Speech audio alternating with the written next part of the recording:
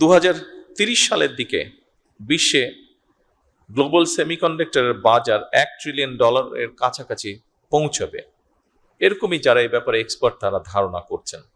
তবে খুব সম্ভবত 2026 সালের মধ্যেই এই লক্ষ্যমাত্রা কাছাকাছি পৌঁছে গিয়েছে।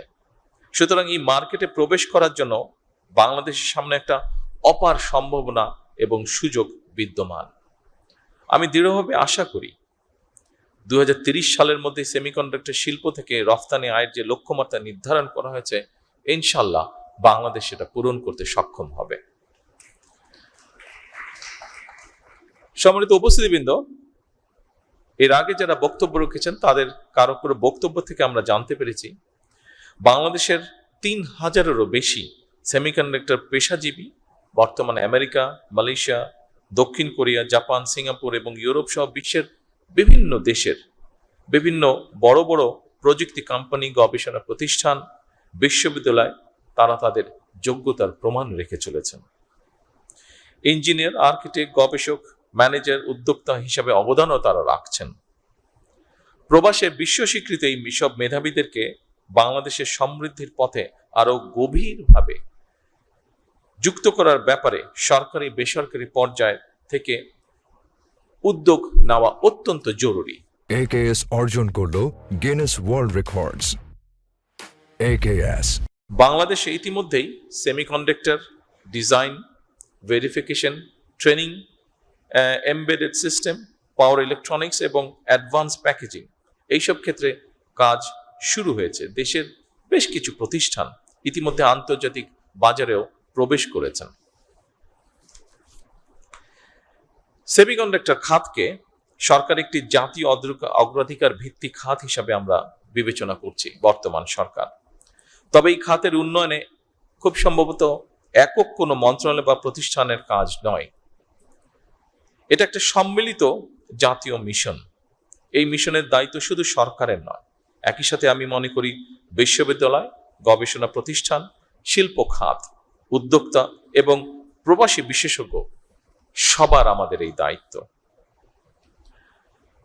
এবং সেই লক্ষ্য পূরণের জন্য বর্তমান সরকার বিশেষ করে সেমিকন্ডাক্টর শিল্পকে এগিয়ে নিতে চলতি বাজেটে, যা আপনারা রেহানের বক্তব্য থেকে এরই মধ্যে শুনেছেন, চলতি বাজেটে এই শিল্পের সঙ্গে জড়িতদের চাহিদা অনুযায়ী এই সেক্টরে যারা ইনভলভ আছেন তারা আমাদের সাথে কথা বলেছিলেন এবং তাদের প্রতি সম্মান রেখে এবং এই সেক্টরটাকে এগিয়ে নিয়ে যাবার জন্য আমরা চেষ্টা করেছি এই সেক্টরকে কিভাবে সামনে এগিয়ে নেওয়া যায় তার জন্য আমরা কতগুলো পদক্ষেপ গ্রহণ করেছি। বিশেষ করে এই বাজেটে সেমিকন্ডাক্টর শিল্প তৈরির সকল কাঁচামালের উপরে সব ধরনের ট্যাক্স বা শুল্ক প্রত্যাহার করা হয়েছে। সেমিকন্ডাক্টর ডিজাইন সার্ভিসে রফতানি আয়ের উপরে নগদ ইনসেন্টিভ বা প্রণোদনা চালুর উদ্যোগও নেওয়া হয়েছে। একই সঙ্গে নতুন উদ্যোক্তা উদ্ভাবন বাস্তবায়নের জন্য সরকার প্রথমবারের মতন বছরে 500 কোটি টাকার স্টার্ট আপ অনুদানও রেখেছে।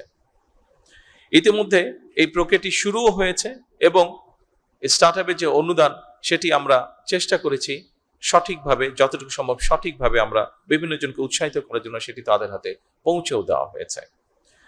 উপস্থিত সকল সম্মানিত সুধীবৃন্দ, আজকের এই সামিটে আমি আবারও নিশ্চিত করতে চাই আপনাদের কাছে বর্তমান সরকার ইতিমধ্যেই সেমিকন্ডাক্টর শিল্পের জন্য ব্যবসা বান্ধব তৈরিতে, পরিবেশ তৈরিতে সর্বাত্মক পরিকল্পনা বাস্তবায়নের কাজ শুরু করেছে। বিনিয়োগ বান্ধব নীতি, কর সুবিধা, বন্ডের সুবিধা প্রদান এবং বিশেষায়িত অবকাঠামো নিশ্চিত করতে সরকার প্রতিনিয়ত চেষ্টা করছে কাজ করার জন্য। বিদ্যমান যে সকল হাইটেক পার্ক আছে এগুলোকে আধুনিকরণের পাশাপাশি একটি বায়োটেক পার্ক নির্মাণেরও পরিকল্পনা আমরা করছি। যারা বাংলাদেশে সেমিকন্ডাক্টর ইন্ডাস্ট্রির সঙ্গে যুক্ত আছেন, আপনারা সম্প্রতি মালয়েশিয়া, দক্ষিণ কোরিয়া এবং আমেরিকায় রোড শো আয়োজন করেছেন। বাংলাদেশের সেমিকন্ডাক্টর সম্ভাবনাকে আন্তর্জাতিক পর্যায়ে আপনারা তুলে ধরেছেন। নিঃসন্দেহে এটি একটি প্রশংসাযোগ্য বিষয়। উপস্থিতি সুধীবৃন্দ, আমাদের সামনে নিঃসন্দেহে বহুমাত্রিক চ্যালেঞ্জ আছে, দক্ষতার হয়তোবা ঘাটতিও আছে ক্ষেত্র বিশেষে, ল্যাবের সীমাবদ্ধতা আছেই, বিনিয়োগেরও হয়তো সীমাবদ্ধতা আছে, আন্তর্জাতিক বাজারে কঠিন প্রতিযোগিতাও রয়েছে। তবে সকল সীমাবদ্ধতাকে অতিক্রম করে এগিয়ে যাওয়ার অদম্য ইচ্ছাই কিন্তু আমাদের রয়েছে।